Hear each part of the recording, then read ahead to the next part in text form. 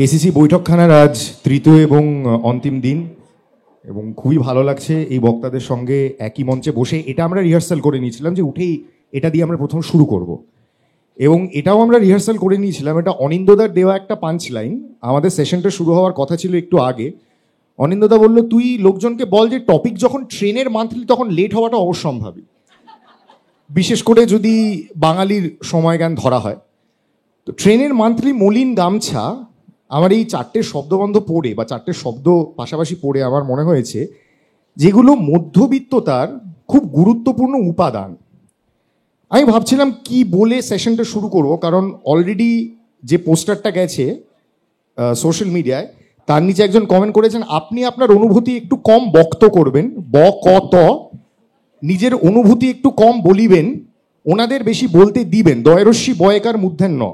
তো আমি ঠিক করেছি যে আমার বক্তব্য তেমন খুব একটা কিছু নেই, ওনারাই বলবেন যা বলবেন।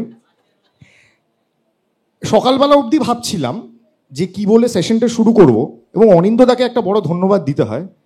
সকালবেলা কি তোমার রোববার রোববার কি একটা বেরোয় না কাগজে, কি একটা জিনিস বেরোয়, কি কি কি যেন নাম ভুলে গেলাম, তারই মামার শালা, একটা অদ্ভুত জিনিস বেরোয় অনিন্দদার লেখা অকিঞ্চিত। আজকের লেখাটা এত সুন্দর যায় এই থিমটার সঙ্গে, আমি চারটে লাইন না পড়ে পারছি না। না, পুরোটা পড়ার দরকার নেই, না না আর কোনো সময় নেওয়ার দরকার নেই, তোমরাই বলবে। এবং এটা আমরা সিদ্ধান্ত নিয়েছিলাম যে মধ্যবিত্ততা নিয়ে এত রকম উদযাপন হলো এখানে গত 3 দিন ধরে, লেগ পুলিং টপিকটা আসেইনি। তো আজকে মঞ্চে যে কি হতে চলেছে আমার কোনো আইডিয়া নেই, এটা নিজেদের মধ্যে বুঝে নেবেন। কিন্তু জাস্ট ওই 4-5 লাইন আমি পড়ি। অনিন্দদা লিখছেন, আমাদের উত্তর কলকাতার সরু গলিতে বাড়ি বাড়ি জল দিত একজন বাঁক কাঁধে মানুষ, আমরা বলতাম ভারী। কেন যে তার নাম ভারী তার সূত্র তাৎপর্য উৎস না বুঝলেও বুঝতাম এই জল কুঁজোয় ঢালা হবে। বাড়িতে ছিল বিশাল সাইজের কিছু মাটির জালা, কাঁসারও ছিল কয়েকটা, ভারী সব ভরে দিয়ে যেত। প্লাস্টিকের বোতলে জল খাওয়ার অভ্যেস তৈরি হয়নি তখনও মানুষের, কাঁচ বা কাঁসার গ্লাসেই জল খেত সচরাচর। বড় বড় জালার ভেতরে ছড়িয়ে দেওয়া হতো কর্পূর।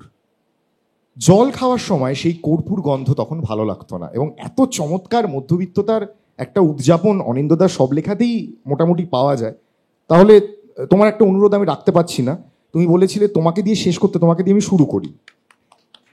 হ্যাঁ, অনিন্দদা অনির্বাণদাতে সবচেয়ে নিশ্চিন্ত হয়েছে যে অনির্বাণদাকে প্রথম বলতে হচ্ছে না। আচ্ছা, আমরা তো অনুষ্ঠানের একদম শেষ দিকে এসে গেছি, তুমি বলে শেষ করো অনুষ্ঠানটা। আমরা তো এতক্ষণ ধরে বললাম। আমি এই দারুণ অগ্নিবাণে হ্যাঁ একবারই গোল খেয়ে গেলাম। আচ্ছা, এবার গোলযোগ না করে আমরা একটু প্রসঙ্গে যদি আসি, ট্রেনের মান্থলি মলিন গামছা। অনিন্দদা, অন সিরিয়াস নোট, এই যে তোমার লেখায় নানা রকম মধ্যবিত্ততার উপাদান পাওয়া যায়, বা তোমার সঙ্গে প্রত্যেকবার আলোচনায় আমি একবার করে মন্ত্রের মতো যে নামটা নিই ওপেন টি বায়োস্কোপ, সেখানে একটা অদ্ভুত মধ্যবিত্ততার যে উদযাপন পাওয়া যায়, একটা যাপন পাওয়া যায়, উদযাপন যাপন দুটোই পাওয়া যায়। তোমার শৈশব কৈশোরের পথে মধ্যবিত্ততার উপাদানগুলো কি ছিল, যাকে আমরা ইংরেজি ভাষায় বলি মার্কার, যাকে চন্দ্রিলদা বলে সূচক, তোমার কি ছিল সেগুলো? মানে আমি তো বড় হয়েছি উত্তর কলকাতার একটা গলিতে, তো সেখানে ট্রেনের মান্থলি ছিল না, কিন্তু মলিন গামছা ছিল। তো সেগুলো বিভিন্ন বাড়ির ছাদে শুকোতে দেওয়া হতো, এবং গোটা পাড়া জুড়ে ওই কাঁচা জামা কাপড়ের একটা চিত্র প্রদর্শনী চলতো। সেটা আমাদের একটা ভিজুয়াল ছিল যে প্রত্যেকটা বাড়ি দেখলে সেখানে যেরকম পলেস্তারা খসে খসে পড়ছে, শরিকি ঝগড়ার জন্য বিভিন্ন বাড়ির বিভিন্ন বিদঘুটে রং, একই বাড়ি দুরকম শরিক আছে, একই বাড়ি মাঝখান থেকে একজন গোলাপি রং করিয়েছে, একজন নীল রং করিয়েছে, কিন্তু সব বাড়িতে একটাই মিল, সেটা হচ্ছে বাড়ির ছাদগুলোতে কোনো কোনো ছাদে বোম লাগানো, সেখানে কিছু পায়রায়েরা এসে বসছে। আর বিভিন্ন বাড়ির জামা কাপড় দেখতে পেতাম আমরা, কে কিরম পাজামা পরে, কার কিরকম হাত কাটা গেঞ্জি, তখন জামার নিচে একটা স্যান্ডো গেঞ্জি পরার চল ছিল, এবং আরও অন্যান্য অন্যান্য অন্দরমহলের আরও পোশাক আশাকও থাকতো। সেগুলো অতটা বক্ত করছি না আমি। অন্দরমহল না বলে কি অন্তর্মহলও বলা যায়? হ্যাঁ, ওই আর কি। তো উত্তর কলকাতার না, সত্যি সত্যি বাইরে থেকে দেখলে মানে উত্তর কলকাতা বলছি এই কারণে, আমি সেখানে বড় হয়েছি। মধ্যবিত্ত মানুষ কি দক্ষিণ কলকাতা বা অন্যান্য জায়গায় থাকে না? নিশ্চয়ই থাকে। কিন্তু আমি যেটা চোখে দেখেছি সেটুকুই বলার চেষ্টা করব, ফলে সেটা কিছুটা উত্তর ঘেঁষা হবে। তো মানে কবি বলেছেন উত্তরে থাকো মৌন, কিন্তু আজকে একটুখানি আমি আর একটু মুখর হওয়ার চেষ্টা করছি আর কি। মধ্যবিত্ত হওয়ার অনেকগুলো উপাদান, সেই উপাদানগুলো এখন যেরকম চিহ্নিত করতে পারি ফিরে তাকালে, তার কারণ যখন বড় হয়েছি সবটাই তো উপাদান। আমি যেখানে বাস করছি, মানে যে বন্ধুদের সাথে ঘোরাফেরা করছি, যে রাস্তায় বল খেলছি, তো সবটাই কিন্তু আমার জীবনটা খুব আটপৌরে একটা চালচিত্রে ভরা ছিল। সেভাবেই বড় হয়ে ওঠা। মলিন গামছা তখন অতটা মলিন ছিল না, তার কারণ আমি জানতাম যে মানে তখন ছোটবেলায় তো একটা ছোট্ট পাড়ার মধ্যে একটা গণ্ডির মধ্যে বড় হয়েছি, তার বাইরের পৃথিবীটা জানা ছিল না। ফলে আমার ধারণা ছিল সব মানুষই কিন্তু সারাদিনে গামছা পরেই থাকে, বাঙালির জাতীয় পোশাক হলো গামছা। এবং পাড়ায় প্রচুর মানুষ ছিল, তারা আমি দেখতাম সেই পোশাকটায় খুব স্বচ্ছন্দ বোধ করতেন, সেটা পরেই তারা তাস খেলছেন, সেটা পরে অনেক সময় ফুটবলও খেলতেন। ফুটবল মানে রাস্তায় রবারের বল যেরকমভাবে খেলা যায়, আবার সেটা পরে আমাদের বাড়িতে একটা মন্দির ছিল, সেখানে এসে পুজো টুজোও করতেন। ফলে একই পোশাকে সারাক্ষণ দেখতাম। আবার যদি কারুর সাথে কারুর খুব ঝগড়া লাগতো, তখন রাগ প্রদর্শন করার জন্য গামছাটা মাথায় তুলে তারা হেঁটে ফিরে যেতেন। তো এই জিনিসটা দেখতে দেখতেই বড় হয়েছি আমরা পুরো সমস্ত সময়। আরো অনেক রকমের উপাদান ছিল, মানে যেটা হচ্ছে যে এমন এমন আশ্চর্য কাণ্ড ওই পাড়া জুড়ে ঘটতো। আমি জানি না, নিশ্চয়ই সব পাড়ারই কিছু নিজস্ব মজা টজা আছে, কিন্তু আমার পৃথিবীটা ঠিক ওইটুকুর মধ্যে আবদ্ধ ছিল। তার কারণ তার বাইরে এসপ্ল্যানেডটাও আমার কাছে অনেক দূরের ছিল। আমার স্কুলও যেহেতু ছিল বাড়ির কাছে, তো আমি জানতাম এটাই আমার পৃথিবী। আর তখনও যেহেতু গুগল আসেনি বা অন্যান্য আর কোনো সেভাবে আমাদের আর কোনো জানলা খোলেনি, তো আমরা জানতাম এখানেই আমরা সারা জীবন থাকবো। ফলে যেরকম ইটালিয়ান বিভিন্ন নিওরিয়ালিস্টিক সিনেমায় থাকে না, যে একটা গ্রাম, সেই গ্রামে একজনই অপ্সরা থাকে, তারই সবাই প্রেমে পড়ে। তো আমাদের পাড়াতে ওরকম একজনই ছিল যে ব্যালকনিতে দাঁড়াতো, আমরা সবাই তার প্রেমে পড়তাম। সেখানে একটা ছোট্ট পোস্ট অফিস থাকে, আমরা জানতাম যে ওইখানে একটা পোস্ট অফিস আছে, সেখানে গিয়ে চিঠি জমা দিতে হয়।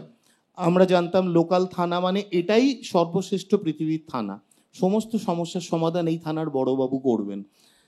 ফলে ওই পৃথিবীটুকুর মধ্যেই কিন্তু আমাদের ঘোরাফেরা ছিল।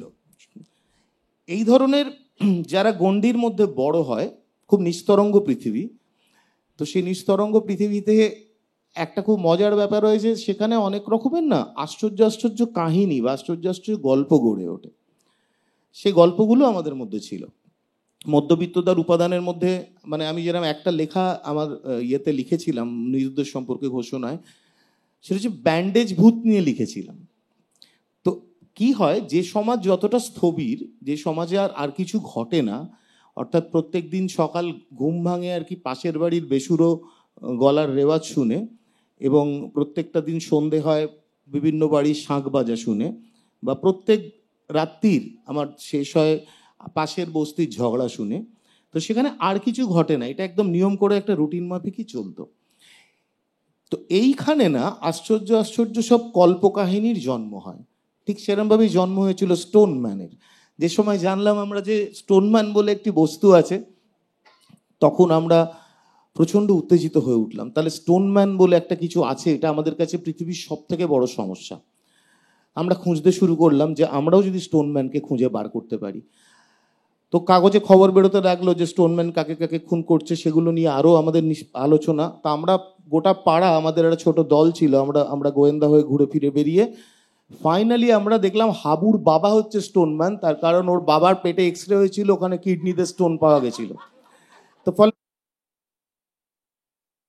তো ওই ছোট পাড়ার যে মানুষজন, তাদের বিভিন্ন রকম নিক নেম থাকতো, সেই নামগুলো ধরেই ডাকা যায়। স্কুলে আমরা সবাইকে ডাকতাম আর কি, কাউকে অস্ট্রেলিয়ান হর্স, কাউকে ছোলা, এসব বলেই বড় হয়েছি। তো সেরকম পাড়ার মানুষদেরও নাম ছিল, যে কাউকে হয়তো মানে মানে একজনকে হয়তো ডাকা হচ্ছে মাধব বলে, কেন তাকে মাধব বলে ডাকা হয় জানি না, কিন্তু সবাই ডাকে, আমরাও ডাকি, আর সে সেটা শুনলেই রিয়াক্ট করে, তার সেটা নাম নয়। কিন্তু সেরকম ওই পিনাকি আজকে রয়েছে, আমাদের পাড়াতেই একজন ছিল যে ভদ্রলোক টাই টাই পরে বেরোতেন, অফিস টফিস যেতেন, তা আমরা জানতাম যিনি সওদাগরি অফিসের বিরাট বড় কর্তা, যিনি টাই পরেন মানে একটা আলাদা ব্যাপার আছে।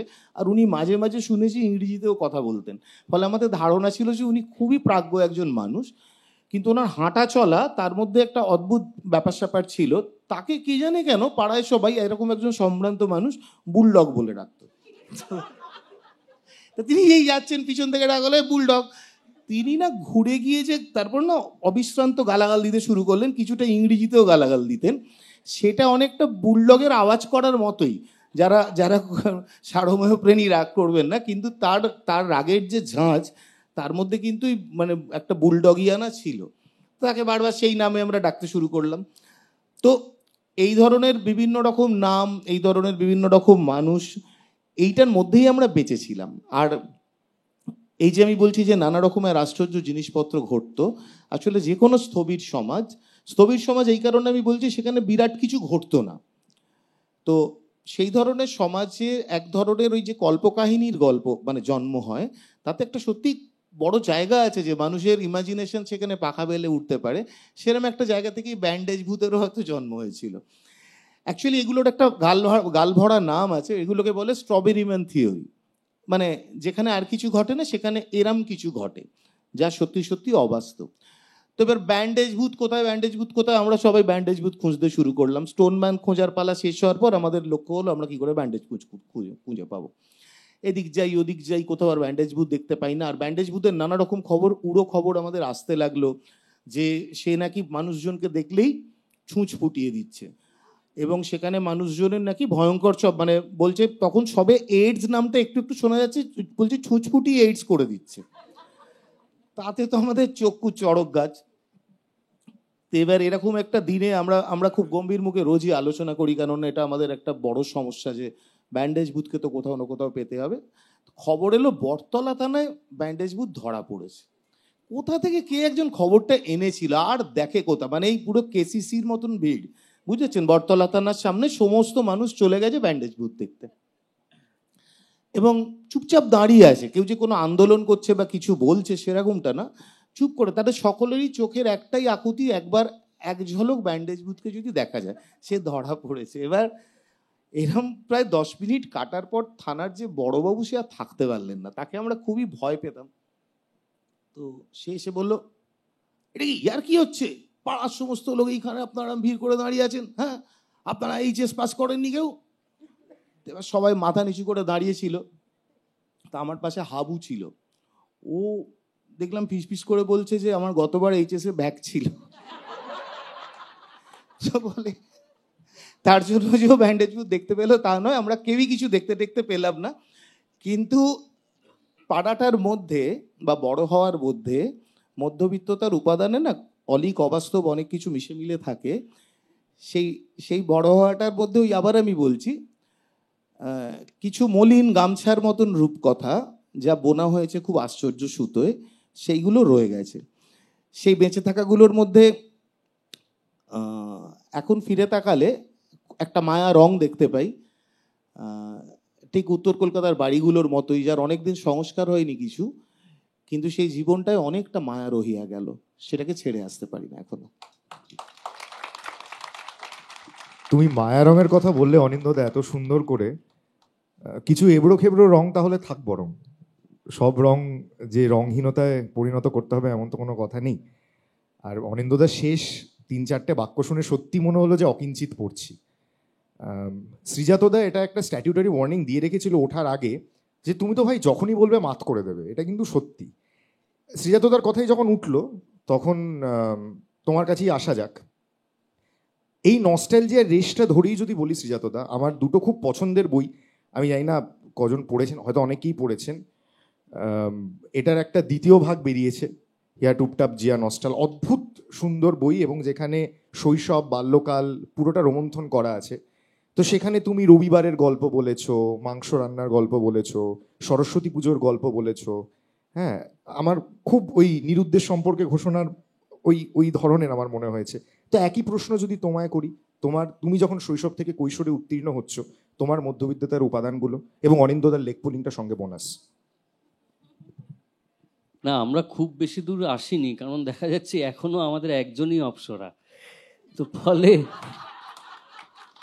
আমরা বড় হতে হতে বুড়ো হয়ে গেলাম, কিন্তু অপ্সরার সংখ্যা আর বাড়াতে পারলাম না, একজনকেই না, পেয়েছি। আমি বিদিতাকে অপ্সরা মনে করি না। ও আচ্ছা, আমি ওকে ওকে আমার বন্ধুর অপ্সরা হিসেবে দেখি, ফলে আমি দেখি না অব্দি। এই জন্যই ফেলুদা প্রেম করেনি, কিন্তু সলভ করেছে অপ্সরা থিয়েটারের মামলা। তো যাই হোক না, আমি ছোটবেলার গল্পগুলো আমাদের সবারই প্রায় একরকম। তো আমি ছোটবেলায় ভাবতাম যে মধ্যবিত্ত একটাই শব্দ, যেমন বাবুল সুপ্রিয় একটাই লোক। হ্যাঁ, তো না, এটা সত্যি না, মানে বাবুল তো একজনই তো, কিন্তু ওর নাম বাবুল সুপ্রিয়। তো আমি ভাবতাম মধ্যবিত্ত একটাই শব্দ। পরে বুঝলাম যে মধ্যবিত্ত আসলে যতীন ললিত বা নদীম সবনের মতো, মানে আমি মধ্য আর আমার বন্ধুরা বৃত্ত।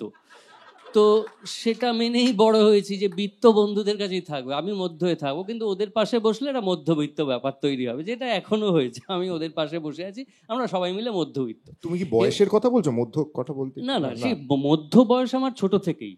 তো ফলে আমি অনেকদিন ধরেই একটা মানে ইয়ে হয় না, মানে সেদিন আমাকে ডাক্তার প্রেসক্রিপশন লেখার সময় জিজ্ঞেস করলেন বয়স পাঠান, তো আমি বললাম রিয়েল এজ 49, ফিলস লাইক 67। এবার এই ফিলস লাইকটা আমি অনেকদিন ধরে বজায় রেখেছি, যে মানে মেনটেন করে তো চেহারা সবাই, তো ওরাও মেনটেন, আমি তো চেহারা মেনটেন করি অনেকদিন ধরেই, 67-র মতো একটা চেহারা আমি রেখেছি, ধরে রেখেছি। এবং এটা একটা কনস্পিরেসি হয়েছিল স্টেজে ওঠার আগে, শ্রীজাতদা অনির্বাণদা পাশাপাশি বসবে যাতে দূর থেকে দেখে লোকে চিনতে না পারে দুজনকে। তাছাড়া আমরা তো থিয়েটার দেখে অভ্যস্ত, এই একসঙ্গে বসলে লাইট বাউন্সিং এর একটা অসুবিধা হতো। তো যাই হোক, আমাদের ছোটবেলার মধ্যবিত্ত পাড়া একেবারে, অনিন্দ উত্তর কলকাতায় বড় হয়েছে, কিন্তু আমি একেবারে দক্ষিণে বড় হয়েছি, গড়িয়ায়, ঠিক উল্টো প্রান্ত। কিন্তু আমাদের না আসলে তখনও দক্ষিণ কলকাতা উত্তর কলকাতায় কৈশোরগুলো একরকম ছিল, মধ্যবিত্ততাটা একরকম ছিল। আমি যেগুলোকে খুব খুব মনে পড়ে, আমার যেমন খুব মনে পড়ে লাল মেঝের কথা। যে বাড়িটায় থাকতাম, কালো চওড়া পাড়ের লাল মেঝে, তো সেই মেঝে এখন আমরা অনেক বড় বড় বাড়িগুলোয় হয়তো ছিটকে গেছি দূরে দূরে, কিন্তু সেই মেঝে এখন টাকা দিলেও কেনা যাবে না। তো ওই মেঝেতে আমার দুপুরবেলাগুলো, ছুটির দুপুরবেলাগুলো কাটতো, ওই ফাটলগুলো ধরে ধরে আমি রাস্তা খুঁজে বার করতাম। এবং দেয়ালের যেখানে যেখানে পলেস্তারা খসে গেছে, চুনকাম করা দেয়ালের, সেই পলেস্তারাগুলোর মধ্যে কোথাও মানুষের মুখ তৈরি হতো, কোথাও খরগোশ তৈরি হতো, কোথাও হয়তো একটা আফ্রিকার ম্যাপ দেখতে পেতাম, এবং সেগুলোর সঙ্গে কথা হতো। মানে মধ্যবিত্ত না, ছোটবেলায় একা অনেক কিছুর সঙ্গে কথা বলতে পারতো। এইটা আমার মনে হয় যে আমাদের একটা বড় প্রাপ্তি ছিল। আমরা অনেক কিছুর সঙ্গে কথা বলেছি, গাছের সঙ্গে কথা বলেছি, ল্যাম্পপোস্টের সঙ্গে কথা বলেছি, বাড়ির পাঁচিলের সঙ্গে একটা বন্ধুত্ব ছিল, হয়তো পাঁচিলের একটা মনে মনে নামও দিয়েছিলাম, সেই নামে পাঁচিলটাকে ডাকতাম এবং বিশ্বাস করতাম পাঁচিলটা সাড়া দিচ্ছে বা জানে। এই যে একটা অলীক সারল্য, যে কথাটা অনিন্দও বলল, এটা মধ্যবিত্ততার একটা বড় গুণ ছিল। যেমন ছিল মধ্যবিত্ত ছোটবেলার ফেরিওয়ালারা ছিলেন। দুপুরবেলায় এক ভদ্রলোক অদ্ভুত স্বরে সোনপাপড়ি বিক্রি করতে আসতেন, এবং প্রত্যেক দিন একজন গলা সাধা গাইয়ের মতো এক স্কেলে সোনপাপড়ি কথাটা বলতে বলতে যেতেন। আমার বড় হওয়া পর্যন্ত, একটা সময় পর আসা বন্ধ করে দিলেন, বুঝলাম উনি হয়তো জীবিত নেই আর। সেই সোনপাপড়ির স্বাদ এখন সুইগি করে আর পাওয়া যায় না। এক ভদ্রলোক আসতেন প্যাটি বিক্রি করতে, একটা বাক্সের মধ্যে গরম প্যাটি আর পেস্ট্রি নিয়ে আসতেন। ওই ডালাটা থেকে খুলে খাওয়ার মতো সামর্থ্য আমাদের রোজ থাকতো না, হাত খরচ কোথায়। কিন্তু উনি এলে আমরা জড়ো হতাম, এবং উনি অনেক সময় আমাদের গন্ধ শোকানোর জন্যও ডালা খুলতেন। সেই ঔদার্যই বা কোথায়? এখন তো গন্ধ শুঁকতে গেলেও অনেকটা পয়সা দিতে হয়। তো এই একটা অদ্ভুত ছোটবেলার মধ্যে আমরা বড় হয়েছি। যেমন খেলাধুলো ছিল, ছোটবেলার যে খেলাধুলো ছিল, আমরা ছোঁয়াছুঁই খেলে বড় হয়েছি। এখন অন্যরকম ছোঁয়াছুঁই, ও অনেকটা এগিয়ে গেছে, ওকে ছুঁতে হবে, সেই ছোঁয়াছুঁইর দিকে আমরা অনেক বেশি চলে গেছি। ছোটবেলায় লুকোচুরি খেলেছি, ছোটবেলায় একজনের চোখ বেঁধে দিয়ে অনেক জায়গায় লুকিয়ে পড়েছি। ক্রিকেট খেলেছি এক সময়, এবং যার ব্যাট থাকতো তাকে কিছুতেই আউট করা যেত না, মানে এটা একটা ছোটবেলা, আমরা তো কোথা থেকে ব্যাট পাবো না, নারকেলের ডাল বাঁশ দিয়েও ক্রিকেট খেলেছি। এবার একটি ছেলে, তার বাড়িতে ব্যাট এলো হঠাৎ, আমি বুঝলাম যে এইবার ও ব্যাটিং করতে নামলে ওকে আউট করা যাবে না, কারণ তাহলে ব্যাট নিয়ে ফিরে যাবে। এবার উল্টো দিকের লোকগুলো ক্রমাগত আউট হচ্ছে। এটা এখনো আছে, কারণ অনেক অনুষ্ঠানে গিয়ে শুনি কবিতা পড়া হচ্ছে, আমি জিজ্ঞেস করলাম হয়তো কেন কবিতা পড়ছে, বললো ও অনেক টাকা দিয়েছে, এই অনুষ্ঠানটা হচ্ছেই ওর টাকাতে, ফলে ওকে কবিতা পড়া থেকে তোলা যাবে না। ফলে কিছু কিছু মধ্যবিত্ত অনুষঙ্গ এখনো আমাদের মধ্যে বাকি আছে। তো ফলে কি হচ্ছে, একজন করে কবিতা পড়ছেন, আবার উনি কবিতা পড়ছেন, মানে অন্য দিকটা পাল্টে যাচ্ছে, কিন্তু উনি কবিতা পড়েই যাচ্ছেন। তো আমি বুঝলাম সেই ব্যাটওয়ালা ছেলে এখন বড় হয়ে কবিতা লিখতে শুরু করেছে। তো আমাদের মধ্যবিত্ত জীবনগুলো এইভাবে কেটেছে।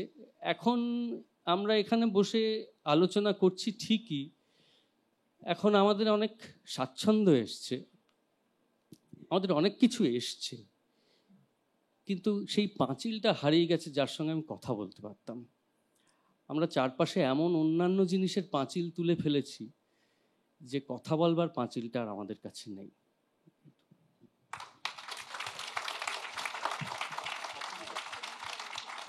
বিদীপ্তাদি আর অনির্বাণদার ওপর কিন্তু এবার একটু চাপ বেড়েছে, মানে ওপেনিং চাপ বাড়াটা স্বাভাবিক, কারণ আমরা হচ্ছি শব্দ মুখস্থ করে সেটা বলার লোক। হ্যাঁ, নিজে থেকে কথা বলা তো খুব একটা স্কোপ পাই না বা অভ্যেসও নেই।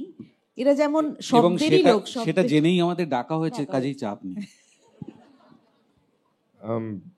অদ্ভুত, মানে একটা নস্টালজিয়ার মধ্যে পুরো জিনিসটা যখন চলছে, অতিবাহিত হচ্ছেই, আমি একটু নস্টালজিয়া নিয়েই জিজ্ঞেস করি তোমাদের দুজনকে।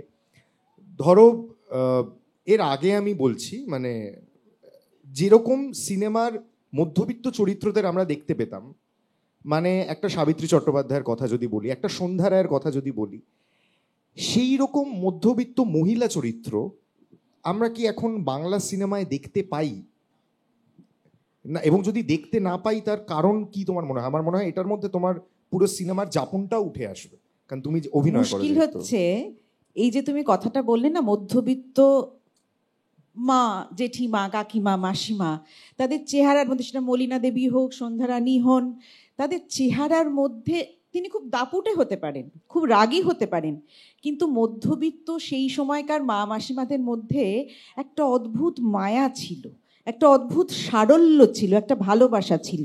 সেই সারল্যটাই তো আমাদের আজকে নেই। এবার সেইটা ইনঅ্যাক্ট করতে, আমি জানি না, ক্যামেরা এমন একটা জিনিস, সেখানে তো সব কিছু ধরা পড়ে। আমার মনে হয় যে আমরা যখন সেই চরিত্রে অভিনয় করি, আমাদের অনেক বেশি এফার্ট দিতে হয় ওই সারল্যটা আনার জন্যে। ওই সময়ের যারা অভিনেত্রী ছিলেন তাদের এমনিই সেটা ছিল, সেটা যুগের কারণে, সময়ের কারণে আমাদের অনেক বেশি এফার্ট দিতে হয়। এটা আমার মনে হয়, আমার ব্যক্তিগতভাবে কাজ করতে গিয়ে মনে হয়েছে। আচ্ছা, ধরো তোমায় যদি দুটো চরিত্রের অফার আমি দিই, খুব বিত্তবান একজন মহিলা এবং মধ্যবিত্ত একজন মহিলা, তুমি কোন চরিত্রে অভিনয় করতে স্বাচ্ছন্দ্যবোধ বেশি করবে? নাকি তুমি আমাকে বলবে যে আমার কাজই তো নিজেকে চরিত্রের ছাঁচে ঢেলে নেওয়া, আমি তো ওইটা করেই উপার্জন করি, আমি যে কোনো ভূমিকাতেই সমান? না না, শুধু উপার্জন করার কথা না, অভিনয়টা তো আমার প্রেমও, আমার ভালোবাসাও। কাজেই যত রকম চরিত্রে আমি নিজেকে মেলে ধরতে পারবো সেটাই আমার কাছে চ্যালেঞ্জ। প্রতিবারই মনে হয় একটা থেকে আরেকটাকে যেন ছাপিয়ে যেতে পারি। কাজেই মধ্যবিত্ত চরিত্রও করতে চাই, বিত্তবান চরিত্রও করতে চাই, রাস্তার ফুটপাথে থাকা একজন মায়ের চরিত্রও করতে চাই, আবার মেগা সিরিয়ালে ভ্যাম্পের রোলও করি। কাজেই সব রকম চরিত্রই আমার কাছে চ্যালেঞ্জিং। সাবিত্রী চট্টোপাধ্যায়ের কথা যখন উঠে এলো, সন্ধ্যা রায়ের কথা যখন উঠে এলো, অনির্বাণদা, তোমার ক্ষেত্রে আমি চরিত্রটাকে একদম ডিফাইন করে দিচ্ছি, মহানগরের অনিল চট্টোপাধ্যায়।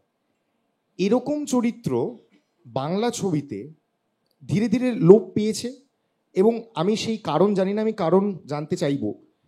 এবং একই প্রশ্ন, যে তোমায় যদি এরকম দুটো চরিত্র অফার করা হয়, তুমি কোনটায় অভিনয় করতে বেশি স্বচ্ছন্দ বোধ করবে? আমার মনে হয় এটাতে তোমার যে মানে সিনেমা যাপনটা, নাট্যজীবনের যে যাপন, সেটাও তোমার কথা প্রসঙ্গে উঠে আসবে। অনির্বাণদা? আচ্ছা, প্রথমত তো তোমাকে ধন্যবাদ যে অরিজিনাল যে টপিকটা ছিল ওই মান্থলি আর গামছা নিয়ে, সেটা থেকে সরে গিয়ে আমাকে একটা অন্য প্রশ্ন, কারণ আমি ওটা নিয়ে বুঝতেই পারছিলাম না যে যখন আমাকে বলতে বলা হবে আমি কি বলবো, কারণ এমন একটা অদ্ভুত টপিক যেটা নিয়ে কিছু ভাবতেও পারিনি, আমি এমনিই চলে এসেছি। এবং আমার এক বোন এই টপিকটা যখন মানে যখন পোস্ট করা হলো, সে একটু দূরে থাকে বলে আসতে পারেনি, সে বললো এইটা নিয়ে তোরা কি বলবি বলতো, মানে ঠিক বুঝতে পারছি না, এটা রেকর্ড হয়ে পাঠাস তো, কে কি বললো শুনবো।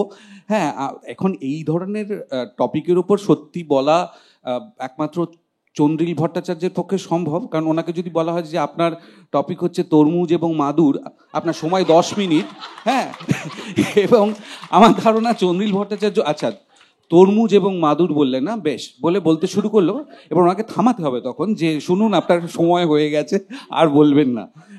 কিন্তু আজকে আমি দেখলাম অনিন্দ সেইটা পারবে আর কি, চন্দ্রিলের সাথে সাথে তুমি এমন চমৎকার বললে শুরুতেই, আমাদের কাজ অনেকটা ইয়ে হয়ে গেছে। এবং ও যেহেতু বললো যে ওর জীবনে মান্থলি নেই গামছা, সেই জন্য একটা উল্টো পকেটওয়ালা পাঞ্জাবি পরে এসছে, যেটা গামছার মতো ও যখন উঠবে আপনারা একবার যারা দূরে বসে আছেন ওরা দেখতে পাবেন না, দেখে নেবেন।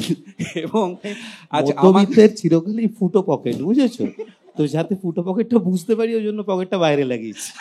এই প্রসঙ্গে আমি বলবো শ্রীজাত বাবু আপনি একটা কামব্যাক দিন, আপনি কিছু বলুন এই প্রসঙ্গে, আমাদের এই লেগ পুলিংটা জমে উঠছে। হ্যাঁ অনির্বাণ দা প্লিজ।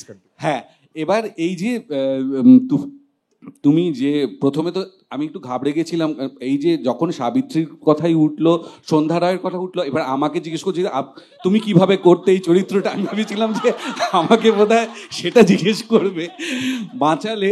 মানে আমি এমন চমৎকার প্রসঙ্গ থেকে প্রসঙ্গান্তরে চলে যেতে পারি না, মানে একেনার লালমোহন বাবুর মতো তো চমৎকার শিফট করতে পারি।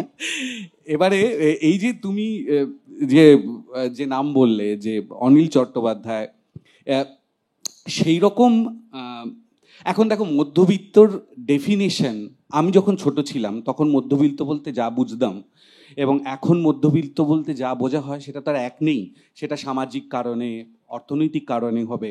আমি যখন ছোট ছিলাম তখন আমাদের বাড়িতে ল্যান্ডলাইন ফোন ছিল না, রেফ্রিজারেটর ছিল না, টেলিভিশন ছিল না, এবং আমি কিন্তু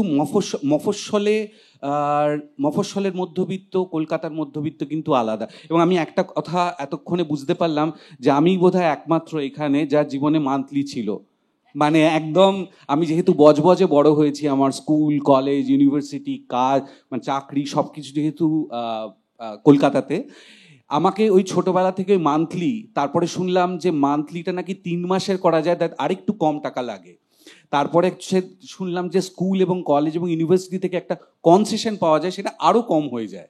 তো সেই মান্থলি এবং মান্থলি একটা খাপে, ট্রান্সপারেন্ট খাপে থাকতো, তার ভেতরে সেফটির জন্যে একটা 10 টাকা দেয়া থাকতো, যা যদি কখনো আটকে পড়ি, তখন 10 টাকা মানে অনেক টাকা, সেই 10 টাকা যদি ভুল করে কখনো কিছু কিনে খেতাম তাহলে আবার ভয় লাগতো যে এইটা কি করে আবার রিপ্লেস করব, মাকে কখন বলবো মা ওই 10 টাকাটা কিন্তু আর নেই, এখন 7 টাকা আছে আমার কাছে, 3 টাকা দিয়ে আমি একটা আইসক্রিম খেয়ে ফেলেছি।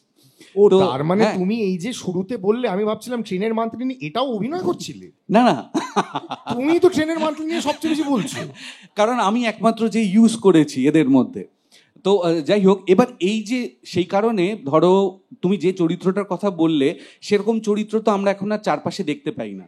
যদি ওই পিরিয়ড নিয়ে কোনো একটা ছবি তৈরি হয়, ওই সময়কার মধ্যবিত্তকে দেখানো হয়, তাহলেই কিন্তু আমি ওরকম একটা কোনো চরিত্র নিয়ে ভাবতে পারবো। কারণ এই যে বলছি না, বাহ্যিক যে চেঞ্জগুলো হয়েছে তার সাথে সাথে তো মূল্যবোধও চেঞ্জ হয়েছে। যেরকম এখন আমরা ধরো আমরা যা নিয়ে ডিল করি, আমরা যেভাবে ভাবি, হ্যাঁ, যেটা করতে পারবো না তখন ভাবতাম, তখন আমাদের কিন্তু ওই পাড়াতে একটা ল্যান্ডলাইন থাকতো এবং একটা টেলিভিশন থাকতো, সেখানে শনি রোববার রানীদিকে আর কেয়াপিসিকে দেখতে যেতাম, এটাও মনে আছে। হ্যাঁ, তো সেইগুলো তো চেঞ্জ হয়ে গেছে। এখন আমাকে যদি সেরকম একটা চরিত্র করতে দেওয়া হয়, তাহলে সেই মূল্যবোধটা আমার পক্ষে রিকালেক্ট করা অসুবিধা হবে না, কারণ আমি ছোটবেলায় ওই রকম একটা মফস্বলের মধ্যবিত্ত জীবন কীরকম হতে পারে, যাদের ট্রেনের মান্থলি আছে, মলিন গামছা আছে, বাড়িতে বোরোলিন আছে, হাজমোলা আছে, তোষক তুললে দেখা যাবে যে প্লাস্টিকের যে প্যাকেটগুলোতে জিনিসপত্র আসে সেগুলো ভাঁজ করে করে রাখা আছে রিইউজ করবার জন্যে, খাটের তলায় অজস্র জিনিসপত্র আছে যেগুলো ভেতরের দিকে ঢুকে গেছে, যেগুলোকে হয়তো আর রেগুলার বার করা হয় না। তো এইগুলো তো এখন আর নেই, মানে আমার এই প্রসঙ্গে মনে পড়লো, আমার ঠাকুমার খাটের তলায় একটা সংসার ছিল আলাদা, ইট দিয়ে খাট তোলা থাকতো, এবং তার নিচে একটা ছোটখাটো মানে ভাড়ার ঘর আর কি, রান্নাঘর, স্টোভ থেকে শুরু করে। এবং আমি যেহেতু আমার ট্রেনের মান্থলি ছিল না, কিন্তু আমিও হাওড়ার মতো জায়গায়, হাওড়া তখন এরকম শহরাঞ্চল হয়নি, তখন মফস্বলই ছিল, সেই জায়গায় বড় হয়েছি। তো ভীষণই একটা মধ্যবিত্ত আটপৌরে জীবনের মধ্যে বড় হয়েছি। একটা ছোট্ট ঘটনা বলি, যেটা আমাকে চন্দ্রিল, আমি কবে হয়তো চন্দ্রিলকে গল্প বলেছিলাম, সেই গল্পটাও এত বছর পরে মনে রেখেছে বলেই আজকে আমাকে এই অনুষ্ঠানে ডেকেছে। সেইটা হলো যে ছোটবেলায় তখন আমাদের বাড়িতে তো ফ্রিজ ছিল না, তো রোজকার রান্না হতো এবং সেটা খেয়ে শেষ করতে হতো। এবং আমার মা এখানে বসে আছেন, খুবই রেগে যাবেন এই সব কথা জনসমক্ষে বলছি তাই, কিন্তু মায়ের একটা ব্যাপার ছিল, আমরা সবাই খেতে বসেছি, তখন হয়তো যেরকম শুরুর পাতে তেতো, তারপর ডাল, সবজি, মাছ খেয়ে আমরা আমের অম্বল, চাটনি নয় কিন্তু অম্বল, হ্যাঁ আমের অম্বল খাচ্ছি, খাওয়া হয়ে গেছে, তখনও হয়তো তেতো একটু পড়ে আছে, মা বলতেন তুলে দিতে হবে, খাবারটা তুলে দিতে হবে, কারণ ফ্রিজ ছিল না, নষ্ট হয়েছে। বাবা বললেন অম্বল খাওয়া হয়েছে, এরপর আবার তেতো খাবো না, খেয়ে তুলে দিতে হবে। কারণ এইটাও আমার মনে আছে, এইগুলো ছোট ছোট মধ্যবিত্তের উপাদান। এবং আর একটা হচ্ছে, মায়ের হাতে চুড়িতে সেফটি পিন লাগানো থাকতো, সারাদিনে কাজ করতে গিয়ে কতবার যে তাতে আঘাত খেতেন আমরা জানি না, কিন্তু যখনই তৈরি হয়ে স্কুলে যাচ্ছি, স্কুলে বেরোনোর সময় হঠাৎ দেখলাম শার্টের বোতাম ছিঁড়ে গেছে, খোঁজার সময় নেই, মা কিন্তু সেই হাত থেকে সেফটি পিনটা খুলে বের করে দিতেন। অনেকবার বলার চেষ্টা করেছি, কেন তুমি হাতে রাখো, তুমি তো সারাদিনে অনেকবার তাতে তোমার লাগে, কিন্তু ওই মধ্যবিত্ত মায়েদের হাতের চুড়িতে সেফটি পিন, এটাও আমার কাছে একটা ভীষণ মধ্যবিত্তের উপাদান বলে মনে হয়। হ্যাঁ, বড্ড সুন্দর। হ্যাঁ অনির্বাণ প্লিজ তুমি বলো, তুমি যেটা আর বলছিলে ওই বলো। ওটা কি আমাকে তুমি জিজ্ঞেস করলে নাকি ওকে জিজ্ঞেস করেছিলে যে আমি মধ্যবিত্ত নাকি উচ্চবিত্ত কোন চরিত্রে করতে ওটা আমাকে জিজ্ঞেস করনি না? না করলেও আমি না করছি, আমি বল। বুঝতে পারছি না। ব্যাস ঠিক আছে, তাহলে তোমরা না নিজেদের মধ্যে বুঝে না, আমি আসি। আমরা এমনিতেই পেছনে যখন বসে করছিলাম গল্প, এখানে যখন আমাদের ডাকা হলো, অনিন্দ বলল যে আমরা শোনো নিজেদের মধ্যে একটা মোটামুটি করে ফেলেছি গল্প, এবার আমরা চলে যেতে পারি। হ্যাঁ, কিন্তু আমাদেরকে স্টেজে উঠতেই হলো। তুমি যেটা বললে যে মধ্যবিত্ত বা উচ্চবিত্ত, আমার মনে হয় চেহারা, আমার হাবভাব বা কথা বলা, সবকিছুর মধ্যে এতটাই মধ্যবিত্ত আছে, মানে মধ্যবিত্তপনা আছে, ভীরু প্রেমটাও আছে। হ্যাঁ ভীরু প্রেমটাও আছে, মধ্যবিত্ত ভীরু প্রেম। হ্যাঁ, যা নিয়ে হয় মধ্যবিত্ততা সবকিছুই সেটাও থাকবে, বলো। কিছু বাদ যাবে কেন? কি আমার একটা ঘটনা পড়ে, সেটার সঙ্গে এটার কোনো মিল নেই, কিন্তু ঘটনা মনে পড়ে গেল। সেটা হচ্ছে যে সবাই সব সাজতে পারে, এটা আমি বুঝেছিলাম যখন সৃজিত আমাকে ভিলেন সাজিয়েছিল। ও যখন এই অফারটা নিয়ে আমাকে ফোন করে, আমি তখন বলেছিলাম যে তোমার এরকম একটা ঝলমলে কেরিয়ার তুমি কেন শেষ করে দিতে চাইছো? মানে নিজের কেরিয়ারেও শেষ হয়ে যাবে এই ভয়টা প্রকাশ করতে পারছি না, কিন্তু সেটার ভয় বেশি ছিল। তো সেখানে আমি একটা টাই পরে যখন দেখলাম ছবিটা, আমি দেখছি বসে দেখা যাচ্ছে না নিজেকে, মানে এত খারাপ দৌড়টা কিন্তু মনে আছে। দৌড়। এবং আমাকে আপনারা যারা দেখেছেন, জুলফিকার বলে একটা ছবি সৃজিত বানিয়েছিল, ফলে বড় পরিচালকরা, নামকরা পরিচালকরাও অনেক সময় অনেক চরিত্র দিয়ে ফেলে, কেন আমি জানি না। তো এবার সেইখানে আমাকে আমার শ্রেষ্ঠ প্রাপ্তি, সেটাও মধ্যবিত্ত প্রাপ্তি বটে, আমি খুব শখ করে ভিলেন সাজতে গেছিলাম এবং ভেবেছিলাম যে আমার একটা বিরাট কেরিয়ারে বাঁক আসবে, এবার আমি আর পুরনো বন্ধুদের চিনতেই পারবো না, অন্য কোনো বড় একটা ইয়েতে উঠে যাবো আর কি, বাড়ি টাড়ি দেখে আর কি। তো কিন্তু যা হলো, যে যাই হোক, অন্য পরিচালকরাও আমায় দেখলে মুখ ঘুরিয়ে নেন এরকম একটা পার্টিতে দেখলে, কিন্তু আমার একজন পাঠক, তিনি দেখতে গেছিলেন ছবিটা। তো তিনি বেরিয়ে এসে, আমি প্রিমিয়ারে ছিলাম, তিনিও প্রিমিয়ারেই গেছিলেন, তিনি বেরিয়ে এসে আমাকে একটা প্রশ্ন করলেন যে দাদা সবই বুঝলাম, কিন্তু আপনাকে মারতেও দেবে শেকল লাগলো? এটা ঠিকই। আমি ওকে বললাম যে দেখো, দেব অনুরোধ করলেই আমি মরে যেতাম, মানে দেব যদি একটু ভালোভাবে বলতো শ্রীজাতদা তুমি মারা যাও, আমরা হ্যাঁ দেব ঠিক আছে আমি মারা যাচ্ছি। কিন্তু যাই হোক, তো মধ্যবিত্তের জীবনে অনেক সুযোগ সুবিধা এরকম আসে, তো ফলে আমি যদি ভিলেন প্লে করতে পারি, তুমি তো সত্যিকারের অভিনেতা, তুমি সবই প্লে করতে পারবে। হ্যাঁ, কিন্তু আমি যেটা বলতে গেছিলাম সেটা হচ্ছে যে চেহারার মধ্যে হাবভাবের মধ্যে এমন কিছু আছে যে আমাকে মধ্যবিত্ত চরিত্রই, মানে ভিলেন হলেও সে মধ্যবিত্ত ভিলেন আর কি, এরকমই চরিত্র দেওয়া হয়। আমি এর কদিন আগেই একটা শুটিংয়ে ছিলাম, তো আমাদের তো একদিনে অনেকগুলো লোকেশন হয়, তো একটা লোকেশনে আমাদের হয়ে গেছে প্যাক আপ, আমাদের বলে সেটা আউটডোর, তো তারপরে আরেকটা জায়গা আছে, সেইখানে গিয়ে বলেছে দাদা এখানে আর চেঞ্জ করা যাবে না, আপনার প্লিজ ওইখানটায় গিয়ে চেঞ্জ করে তারপরে আপনার প্যাক আপ হয়ে যাবে। তো যেখানে গেলাম তারপরে সেটা একটা ঝাঁচকচকে ভীষণ সুন্দর একটা বাড়ি, সেখানে পরবর্তী একটা অন্য সিনের শ্যুট হবে যেখানে আমি নেই। তো ওইটা দেখে আমি বললাম যে আমার আজ অব্দি কোনো, আমি যত চরিত্র অভিনয় করেছি আমার বাড়ি কখনো এরকম হয়নি। আমাকে যে বাড়িগুলো দেয়া হয়েছে সেই বাড়িগুলো অত্যন্ত মধ্যবিত্ত এবং শ্যাবি। তো আমার চেহারার মধ্যে এমন একটা আছে, আমি অবশ্যই খুশি হব যদি আমাকে কেউ ওরকম, মানে ওকে যেমন ভিলেনের চরিত্রে কাজ করা হয়েছিল ওই রকম যদি আমাকে কখনো উচ্চবিত্তের চরিত্রে দেওয়া হয়, করলে তুইও বড় লোক করতে আমিও বড় না, লোকের কিন্তু চরিত্রে ওই অভিনয় করতে তোমাকে পারবো। মাথায় রাখতে হবে ওই একটা কাস্টের পর তুমি আউটকাস্ট হয়ে যাবে, তারপর আর কেউ তোমায় ডাকবে না। আমি বিদীপ্তাদির একটা কথা বুঝতে পারলাম না, শ্রীজাত ভিলেন হলে তুই বড় লোক হবি, এটা দুজনকে প্রশংসা করলে না একজনকে প্রশংসা করলে একজনকে অপমান করলে? দুজনকেই খুবই আমি ভালোবাসি, দুজনকেই অপমান করলো ওদের গুণমুগ্ধ আমি। একসাথে। বিদীপ্তা এমনি স্ক্রিপ্ট পড়েই সব সময় কথা বলে, কিন্তু ও ঝগড়া করার সময় আর তখন আর খেয়াল থাকে, করতে হয় তখন না। লাগে না। ও নিজে নিজেই বলতে পারে। তো এবার কিন্তু আমরা সত্যি শেষের দিকে বোধ হয় এবার আমরা সত্যি শেষের দিকে, এবং আমি এটাতে খুব ভালো পারি আর কি, এটা এই কাজটা যে শেষে এবং কম কথা বলে সবচেয়ে চোখ কম। দিয়ে বুঝিয়ে দেয়। এবং এই ট্রেনের মান্থলি মলিন গামছা, এই যে একটা অদ্ভুত একটা সুন্দর বিষয়। গামছার সঙ্গে আমার মনে হয় মধ্যবিত্তের গামছার কথা যেরকম শুরুতে অনিন্দ বলল, গামছার পরপর লুঙ্গিটাও আসবে।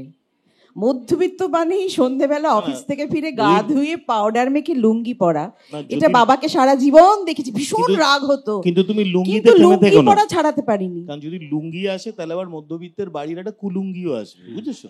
একটা সুলুঙ্গি একটা কুলুঙ্গি, তা না হয়তো ওটা না হলে মধ্যবিত্তের বাড়ি সম্পূর্ণ হয় না। না, কিন্তু এখানে আমি আরেকটা অপমানের গল্প বলি, এবার নিশ্চয়ই শেষ হবে। সেটা গামছা নিয়ে আমার একটাই অভিজ্ঞতা আছে। আমি একবার পয়লা বৈশাখে নতুন গামছা চেয়েছিলাম কোনো কারণে, মানে আমাকে বাড়ির লোক বলেছিল তোর তো মোছার মতো গাই নেই, তো আমার এখনো দেখছেন মোছার মতো গা হয়নি। তো আমি কোনোদিন মলিন গামছা হয়তো কোনোদিন অধিকার অর্জন করব তেমন গা পেলে, এখনো গাটা করে উঠতে পারি। তুমি গা লাগিয়ে ফেলতে পারবে, সা আগে লাগাও, তারপর দেখবে রে গা এগুলো আসছে। আমি চলে যাই, আমার দরকার নেই, এরা নিজেদের মধ্যে বুঝে নিচ্ছেন। না, আমি তো দূরে হাঁটাহাঁটি করছি, আমার কিছু করার অগ্নি নেই। হাঁটাহাঁটি করছে। আমি বলছি যে মধ্যবিত্তের মলিন গামছা নিয়ে আর একটা ছোট্ট কথা বলি, সেটা হচ্ছে যে এই যে মধ্যবিত্ত শব্দটা নিয়েই তো আমরা 3 দিন ধরে নানা রকম জট পাকাচ্ছি। তো বিভিন্ন রকম ব্যাখ্যা, বিভিন্ন রকম শ্রেণীবিন্যাস ইত্যাদি ইত্যাদি উঠে এসছে, কিন্তু আমার মনে হয় শব্দটা, যেটা শ্রীজাত বলছিল যে দুটো ভাগ আছে, একটা মধ্য একটা বৃত্ত। এখন যদি মলিন গামছার সাথে আপনারা মধ্য ব্যাপারটা দেখেন, তাহলে দেখবেন প্রত্যেক বাঙালির কিন্তু মধ্য জায়গাটা কিন্তু খুব স্ফীত, মানে আমি বলছি ওই জায়গাটাই কিন্তু মূল, এবং বাঙালির মূল বৃত্ত কিন্তু ওই মাঝখানটাতেই আটকে আছে।